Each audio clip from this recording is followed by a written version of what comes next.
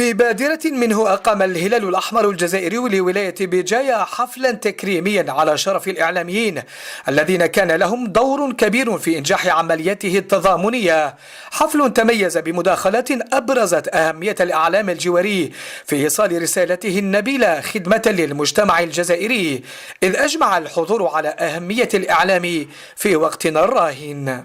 مشكورين كل الشكر لهذه الالتفاتة الطيبة التي الغرض منها هي الاعتراف بالجميل، وهو أيضا واجب الإعلاميين، واجب المحسنين أيضا.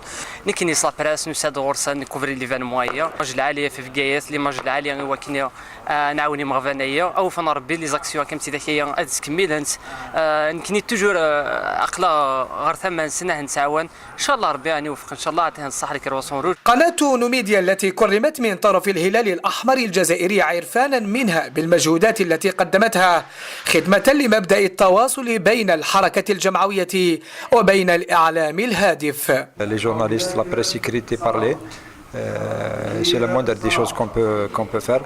الذي ساعدونا ونشكرهم، كما نشكر كثيرا الإعلاميين اللي جاءونا بقوة على نجاح هذه الطبعة الأولى من تيليتون الخاص بعيد الأضحى. هكذا يكرم رجل الإعلام في وقت يتجاهل فيه الكثير دوره الكبير الذي يتجلى في إيصال صوت وصورة المواطن والمجتمع، مساهما في دفع عجلة التنمية بصورها المتعددة.